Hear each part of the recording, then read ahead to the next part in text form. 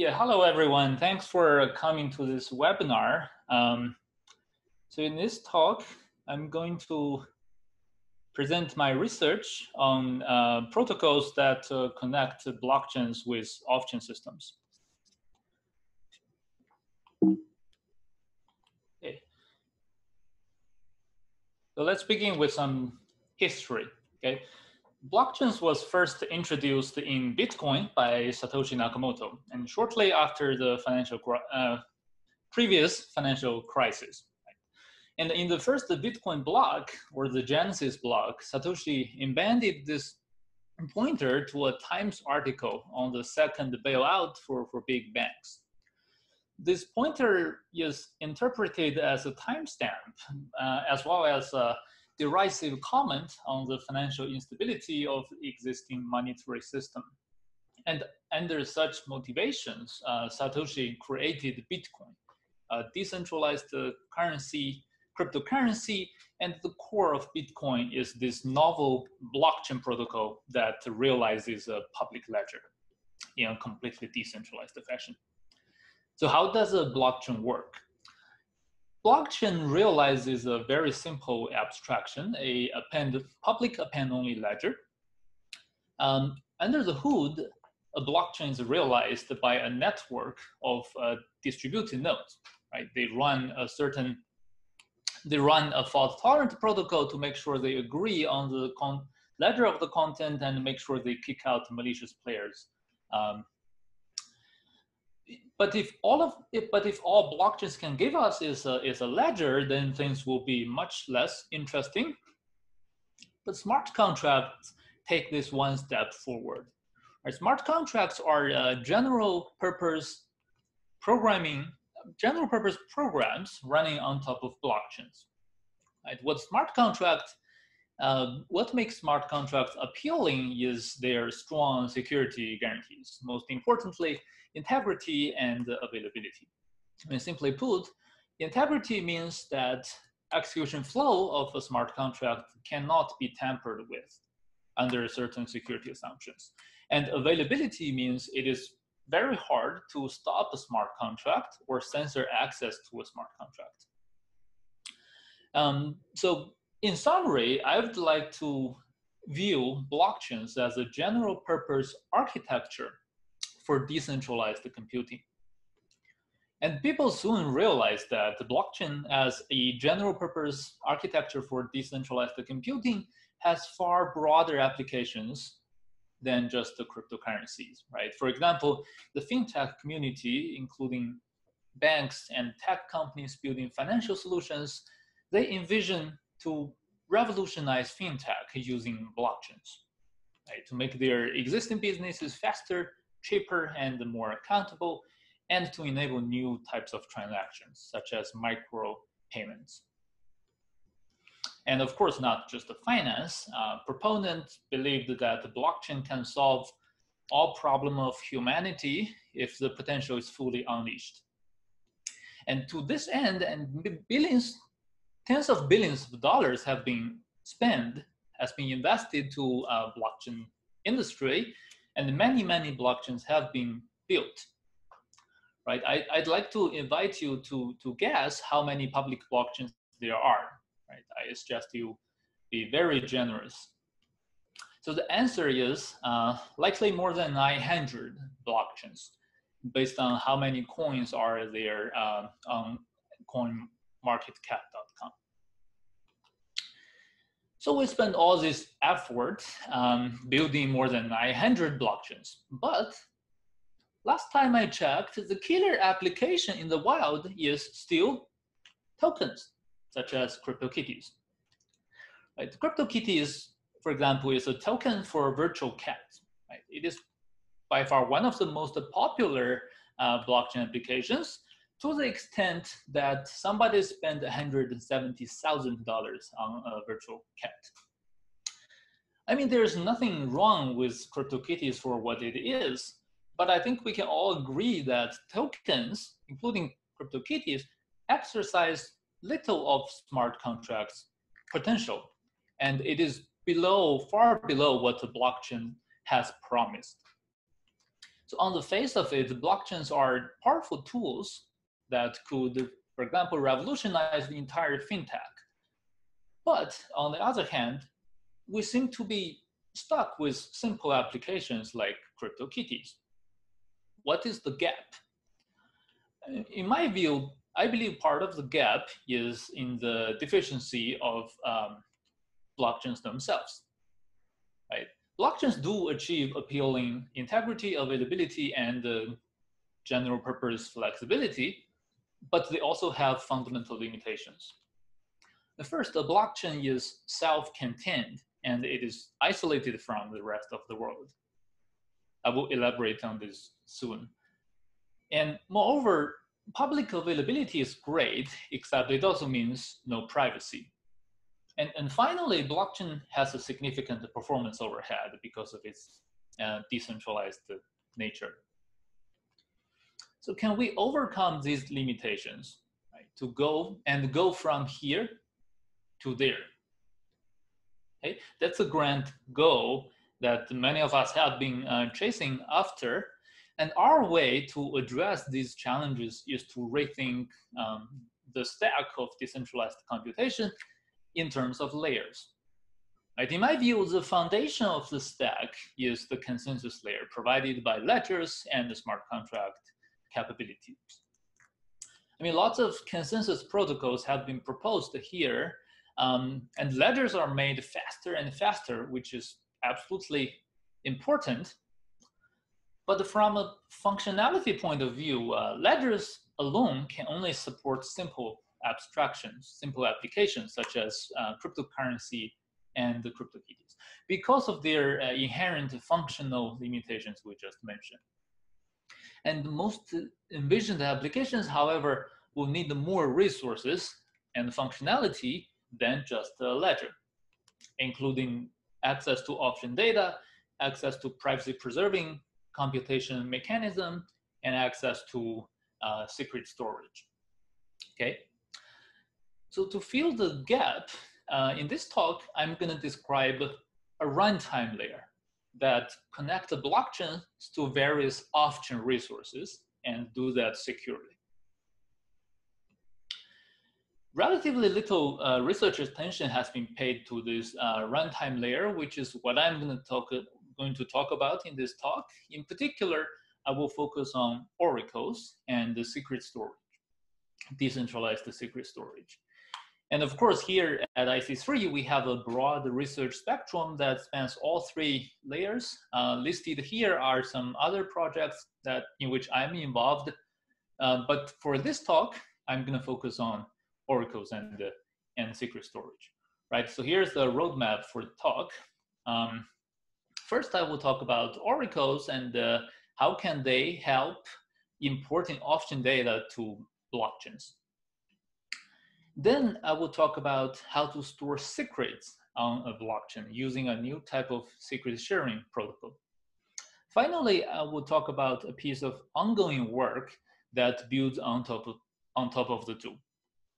Okay, so let's start with data oracles. We said that an amazing capability of smart contracts is that they can perform arbitrary computation. But here's the catch. Smart contracts can't access off-chain data. Although they can perform arbitrary computation, they can only access data that is already on the blockchain.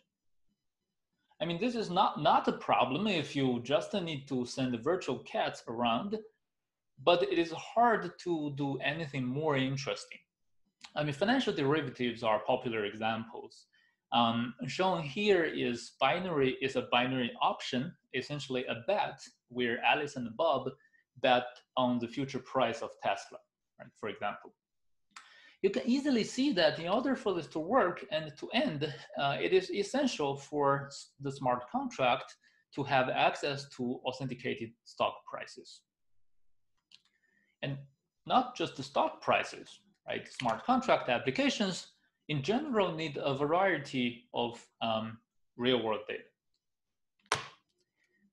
The solution to this employed in practice is oracles. Right? Since auction data is extrinsic to blockchains, they have to be pushed to the blockchain by someone before the smart contract can access the data. This someone is called an oracle, right, who fetches data from data sources such as websites and sends them to blockchain. And naturally, two challenges come up here. And the first one is integrity, right? How to ensure that the oracles doesn't tamper with the data it delivers.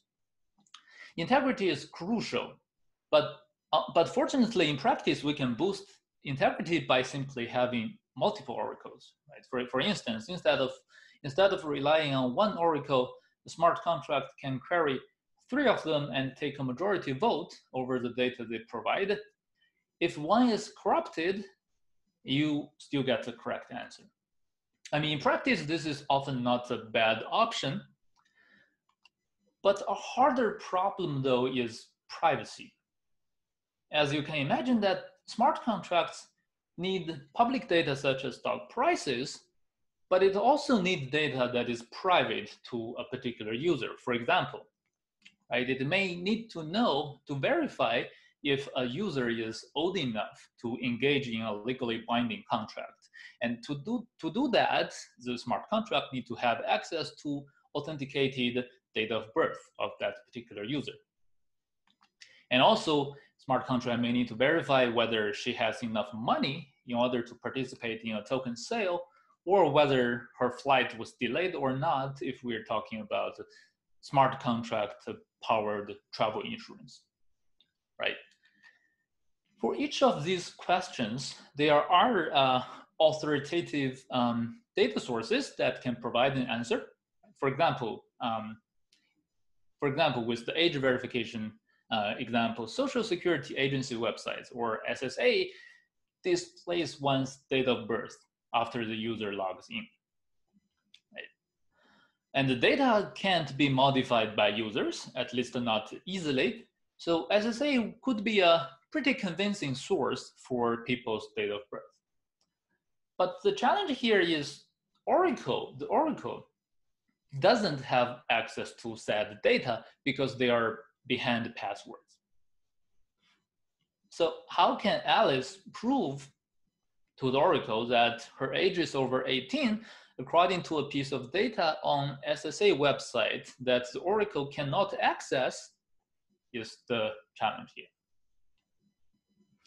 Well, a naive solution is to have Alice to take a screenshot of the website and send that to the oracle. But of course, Alice owns Photoshop, and that's not going to work. Well, another idea that comes to mind is to make use of existing secure protocols such as TLS. Right? TLS is designed to authenticate web traffic. Can we make use of widely deployed TLS for our purpose? However, as I will show you shortly, TLS does not provide the kind of authenticity guarantee we want. Okay, so let's formalize the problem a little bit. There are 3 parties in our setting: a TLS server, such as the server running ssa.gov, a prover, which is also the TLS client, and a verifier, typically in Oracle. I mean, we assume the server is honest in that the server will always provide the right data, but both prover and the verifier may be malicious. So now suppose the prover had the following interaction with the server, with SSA. Here, the blue boxes, they denote the ciphertexts, and their contents are plain texts. The prover's goal in this setting is to prove the provenance of response from the server R. Namely, that this response, is indeed retrieved from ssa.gov. Once the provenance is established, the prover can then either decrypt the response or prove statements about the plain text in zero knowledge But for now, let's focus on the provenance part of the problem.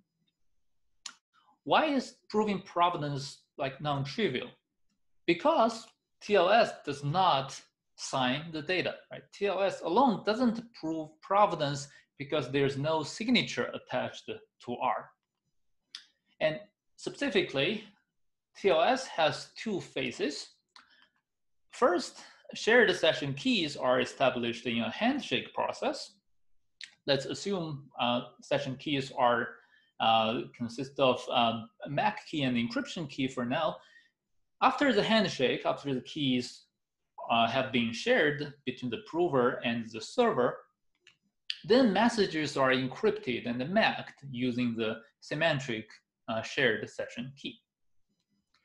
And note that here the problem is, since the prover knows the MAC key, she can forge TLS ciphertext and pretend that the ciphertext came from the server, and the Oracle would have no way to verify if the ciphertext is indeed from the server. And this is not a feature. This is a feature not only in TLS, but a feature of secure channels in general, because they almost all of them makes use of symmetric crypto to encrypt and authenticate messages. Right. And this problem is not new. A couple of solutions have been proposed. The first class of the solutions, however, requires to change the data sources. For example, to ask them to deploy customized TLS protocols. We believe doing so, however, will incur a high adoption cost. Right? There have been millions of websites deployed in the wild. Requiring all of them to change is a prohibitive cost. And indeed, one of our goals is to maintain backward compatibility and be able to leverage existing data sources. I mean, another class of solution is to leverage trusted hardware, such as another paper from our group. But generally,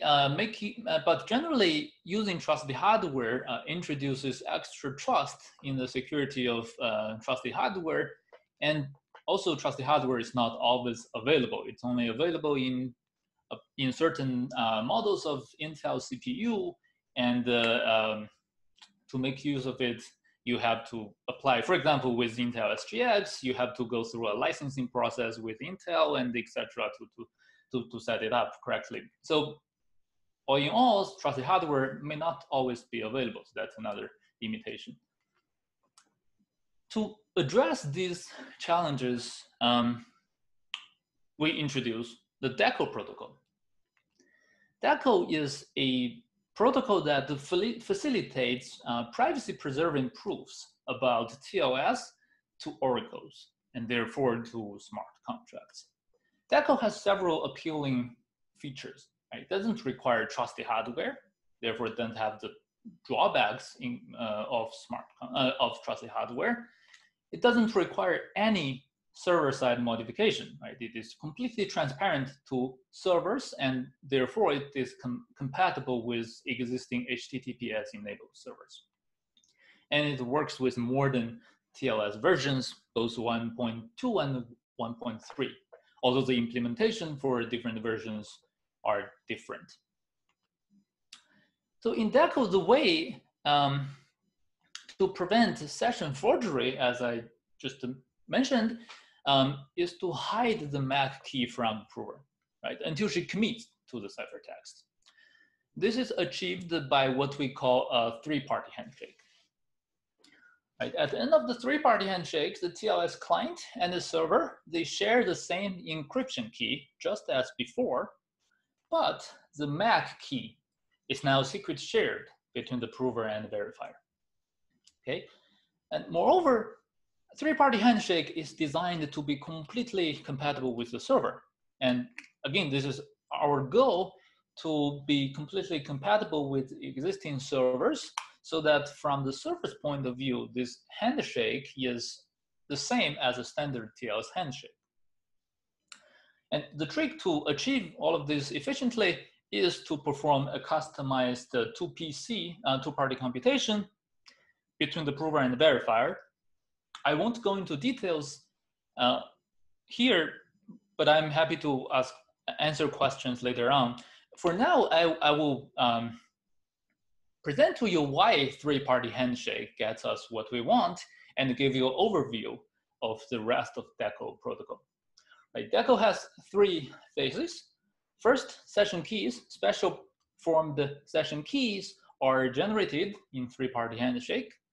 After the handshake, right, the prover queries the server as a TLS client, and after receiving the response, the prover commits to response by sending it to the verifier. Then the verifier sends back the other half of the MAC key. Note that the order of these two steps is critical. And first, the three-party handshake proves it prevents that the prover from forging ciphertext because the prover will not have the full MAC key. And second, it has been shown that by Grubbs et al. That TLS ciphertexts are cryptographic commitments to the underlying data. So combining these two arguments, putting these two together, we come to the conclusion that the server response here is what we call unforgeable commitment, which is the core argument for how we achieve provenance guarantees in DECO. Again, once the provenance property is achieved, is established, the prover can either decrypt the response or prove statements about the plain text in zero knowledge. Right? Decrypting the response is easy. The prover just reveals the encryption key and reveals the web page. This still achieves an important notion of privacy, what we call query privacy, because the verifier, the oracle here, never sees the prover's passwords used to retrieve the web page. Right? And instead of opening the commitment completely, the prover can, in principle, prove any statements about the plain text. Of course, generic zero-knowledge proofs about the long plain text would be impractical, but there are something that we can do. Right? For example, DECO supports efficient partial decryption of TLS ciphertext, right, that allows the prover to hide the plain text from the verifier. Right, for instance, in the age verification example, it suffices to just review the year. Right? DECO allows the prover to hide the rest of the date of birth. You can also combine partial decryption with other bells and whistles. For example, the prover can redact the entire date of birth and prove in zero knowledge that her age is over 18. Right? To quickly summarize this section, I'd like to summarize DECO as a protocol that liberates private web data. Because without a protocol like DECO, you cannot export the private web data with integrity proofs unless with the help and the permission from the website. Right? If the website gives you API to do it, you can, but if not, there's no way to do it.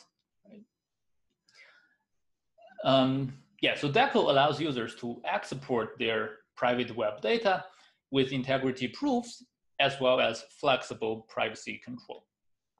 I mean, this enables lots of applications, including smart contract oracles, which we've been talking about, but also non-blockchain applications such as personal data marketplace, self-sovereign identity, etc. I will come back to the self-sovereign identity piece later. As I said, DECO is not the only solution to the Oracle problem. I've also worked on a system called the Tancrier, which is a trusted hardware-based solution. DECO and the Tancrier explore different trade-offs. I have to say they are complementary to each other.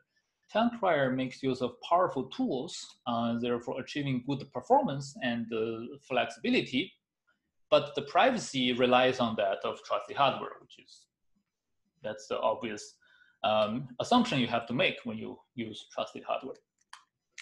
DECO uses cryptographic tools, right? Which is slower, actually not that slow, but less flexible.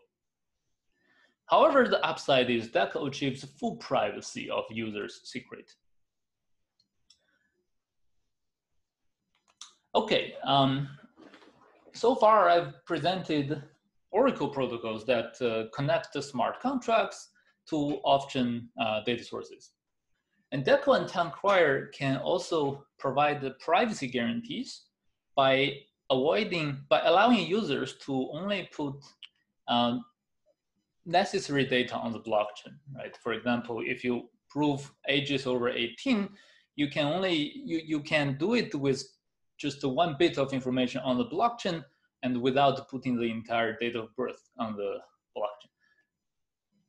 But however, what if you do want to put secrets on the blockchain, right? This may sound crazy, but for example, wouldn't it be cool if you can give your smart contracts a signing key and have it to generate digital signatures? Well, in this section, I will present how to allow a smart contract, how to allow a blockchain to keep secrets using a new type of secret sharing protocol. Can we store secrets on a blockchain? Well, actually, the idea is simple, right? Recall that the blockchain is maintained by a set of nodes. The idea is to select a bunch of nodes to form a committee and do secret sharing among them. There are various ways to securely sample a committee from blockchain nodes. For example, proof of stake literature looked into this extensively. So here we assume a committee is somehow formed securely. And so the starting point of our discussion is we have a committee of n nodes. We know that, for example, majority of the nodes are honest. Then the question is, how can we do secret sharing among these nodes? The standard way to store secrets among a group of nodes is threshold secret sharing, or TSS, such as Shamir's secret sharing scheme. A TSS scheme is parameterized by a threshold T and the number of parties n. Suppose we have a committee of 5 nodes and we assume at most 2 of them are malicious. We can use a 2 out of 5 TSS, which has 2 algorithms, share and reconstruct. Right? Share splits the secret to 5 shares, and each is stored by a committee node. And TSS guarantees that any 3 shares, any 2 plus 1 shares can reconstruct the same secret. And it also guarantees that any less than 3 shares leaks no information about the secret. I mean, the simple scheme has several benefits, right? It makes an attacker's life a lot harder because attacker need to now compromise at least the 3 nodes to learn the secret. And it also means we can tolerate certain loss of shares because we only need 3 of them to reconstruct the secrets. But the question is, can we make use of simple threshold secret sharing in the blockchain setting?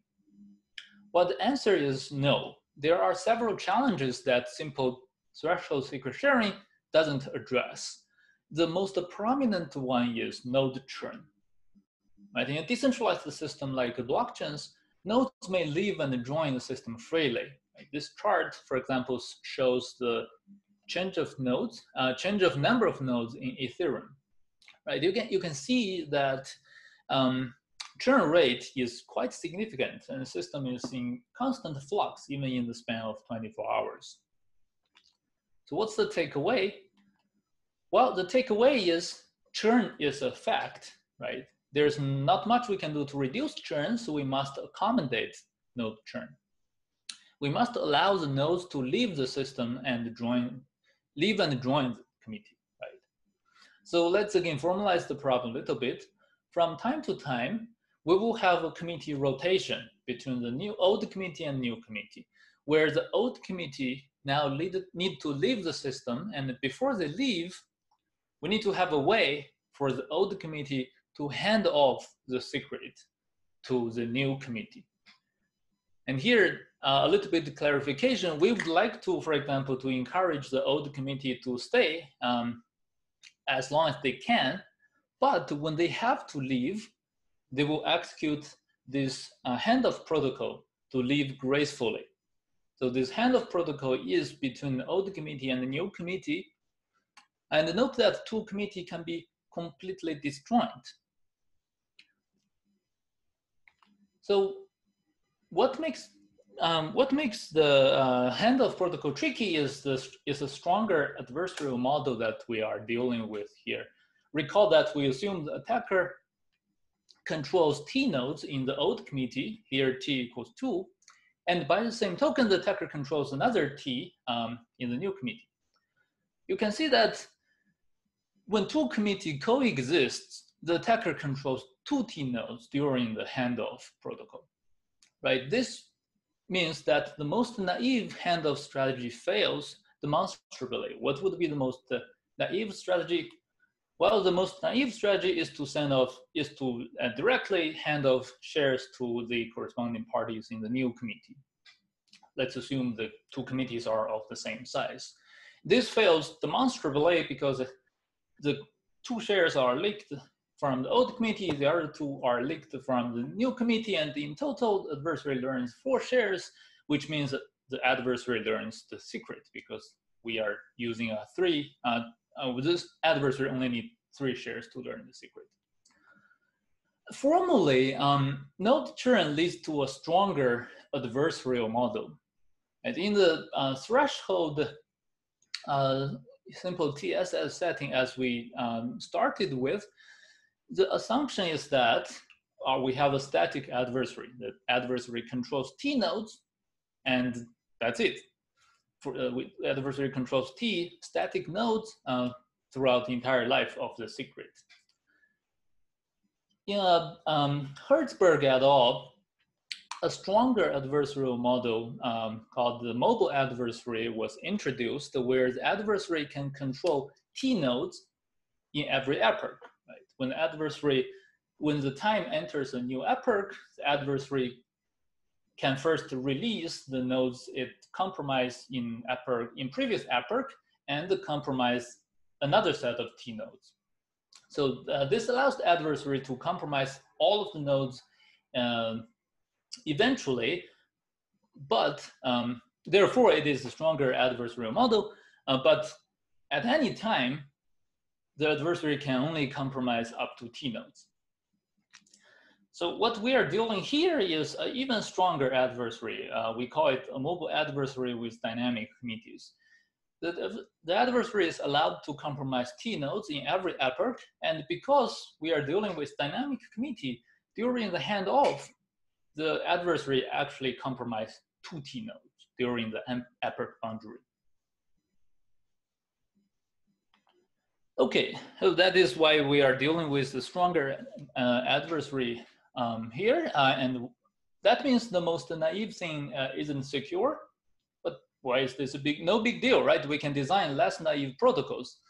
But another challenge is performance. We want a protocol that is not only secure, but also scales. It scales to large committees, for example, thousands of nodes. The state of the art is due to Schultz et al. Schultz et al. Introduced this protocol called MPSS that does handle churn securely, but it does not scale to large committee size because it incurs into the 4th communication overhead.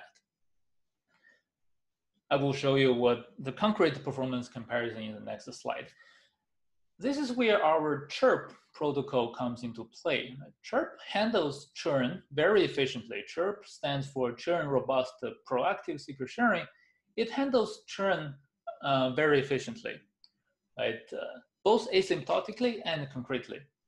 Asymptotically, CHURP achieves unsquared communication overhead in the optimistic case and uncubed in the pessimistic case. Compared to the state of the art, note that even the pessimistic case in CHURP is more efficient than the state of the art into the 4th. Of course, we are also very more interested in the concrete performance, and this chart here shows the concrete performance gain. Right, the x-axis is the committee size, whereas the y-axis is the communication overhead in megabyte plotted in a log scale. The marks indicate performance we run, and where the lines are extrapolation. So as we say, CHURP Schultz protocol, right, incurs n to the fourth, so we can only run it into 100 committee size. In comparison, CHURP incurs only n squared in the optimistic case. Concretely, if you look at the committee of size 1000, Schultz et al. Incurs 100 terabyte of communication overhead for one round of handoff, which is clearly impractical for that size, that large committee. In comparison, CHURP only incurs 230 megabytes. And even if we focus on medium committee size, say 100, CHURP still achieves a 2,300 times performance boost over the state of the art. This is 2 megabytes versus 5 gigabytes. And for the interest of time, I will skip how CHURP achieves it, but instead talks about applications. Right? I'm happy to answer questions about technical details during the Q&A. CHURP essentially allows allows a blockchain to act as a secret repository, right, for long-term secrets. It leads to several interesting applications. Here, I briefly present two of them. For example, by storing the signing key in a CHURP committee, we can enable digital signing by smart contracts. The idea would be to have the committee members execute threshold signature schemes using a secret shared private key, right? The committee will emit signatures in response to requests issued by a smart contract on the blockchain. Another application is key custody as a decentralized equivalence of today's centralized key custody, such as the one provided by crypto exchanges. I will elaborate on this later with more context. So this third chapter of this talk is a piece of ongoing work that builds on top of what I've presented. So I will talk about now decentralized identity. It's a bit shift of gear, but you will see that decentralized identity actually could benefit a lot from oracles and decentralized secret storage. So a little bit background here. Why do we care about identity? Identity management lies in the heart of any user-facing system, be it a social media be it a social media platform, online game, or what have you. And these systems are increasingly digitalized, but our identity system in the real world is not catching up. I mean, a simple example, again, is age verification. Proving age over 21 or over 18 is often needed, but there isn't really a pleasant way to accomplish that over the internet. A popular solution today is to use a trusted third party, such as Age Checker. The users need to submit a bunch of private information, such as age, date of birth, etc., and sometimes even a picture of your photo ID to this trusted third party, which performs a best effort verification, then informs the application whether the user is believed to be over 18 or not. I mean, as you can see, there are like a couple of many problems with the current approach. The accuracy isn't great, and moreover, divulging this personal information is, of course, a privacy concern. What is worse is these services form a central hub of private data as more and more people use it, and ultimately becomes lucrative targets for attacks. I mean, excerpt is taken from their website saying that they will store all this sensitive information just to make future verification faster. The entire scheme is very much unpleasant. Decentralized or self-sovereign identity is a completely different architecture to do this, where users gather and manage their own credentials. For example, one could imagine that an age authority will issue age credentials, and such credentials are associated with user secret keys. So by controlling that secret key, our user Alice is empowered to disclose or withhold her credentials as desired when interacting with relying applications. And enterprises also benefit from such architecture because it reduces the liability associated with storage of user data. I mean, decentralized identity has recently received quite some interest from industry. I mean, here's a partial list of the members of Decentralized Identity Foundation. Several technical proposals have been recently published. But the proposed schemes, in our view, fail to address several important technical and usability challenges, which is where our research contribution lies. For example, existing schemes would face a Bootstrap challenge because they require a credential issuance ecosystem that is not currently there. Right? They envision authorities such as university will issue digital diploma, government will issue special purpose IDs, and the banks and insurance companies will issue various forms of digital proofs. But such an ecosystem may not arise, and it's possible that existing authorities may not buy into the idea until this decentralized identity is used, which creates a chicken and egg problem. So our idea to lower this bootstrap challenge, to lower the adoption cost, again, is to leverage oracles. As you have seen, oracles like Cornell and DECO can convert rich data on users available in existing web services today to verifiable credentials. Well, another challenge is not security, but usability. Right? In digital identity systems, users bear the burden of managing their own secret keys.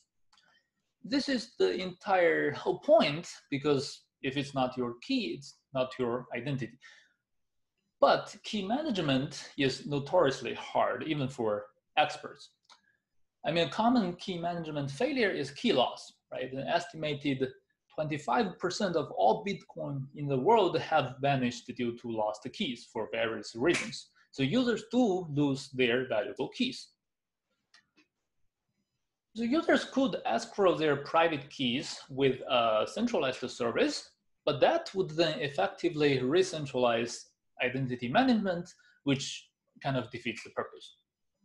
Can we enable a usable key recovery protocol, right, to provide users with familiar user experiences without introducing central hubs, and doesn't require users to learn new skills or purchase new hardware? And our idea here is to leverage CHURP. Right? And the idea is for users to back up their keys at a CHURP committee. Right? When needed, for example, when user loses her phone, which stores the only copy of the secret key, then user can authenticate to the committee and retrieve the keys after proper authentication. The question is what authentication schemes to use. Right? First of all, we want to avoid the use of keys because we are in a situation where users have lost her keys. So we don't want to assume that users still have access to some keys while some other keys are lost. To avoid the keys, there is actually a rich literature on so-called password-only schemes, such as password protected secret sharing schemes.